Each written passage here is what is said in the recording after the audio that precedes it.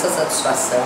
Estamos iniciando a nossa campanha salarial e quero contar com o apoio de todos para conseguirmos uma boa campanha. Há necessidade da mobilização geral da categoria. O ano passado vocês viram a dificuldade que tivemos para atingir os 6,5, apenas a inflação com a participação do número pequeno de servidor. Esse ano estamos pedindo o que a administração já reconhece, que é a perda salarial de 20,65, mais a inflação e o ganho real. Garantimos no PPA, no orçamento, ou a previsão orçamentária de 7%.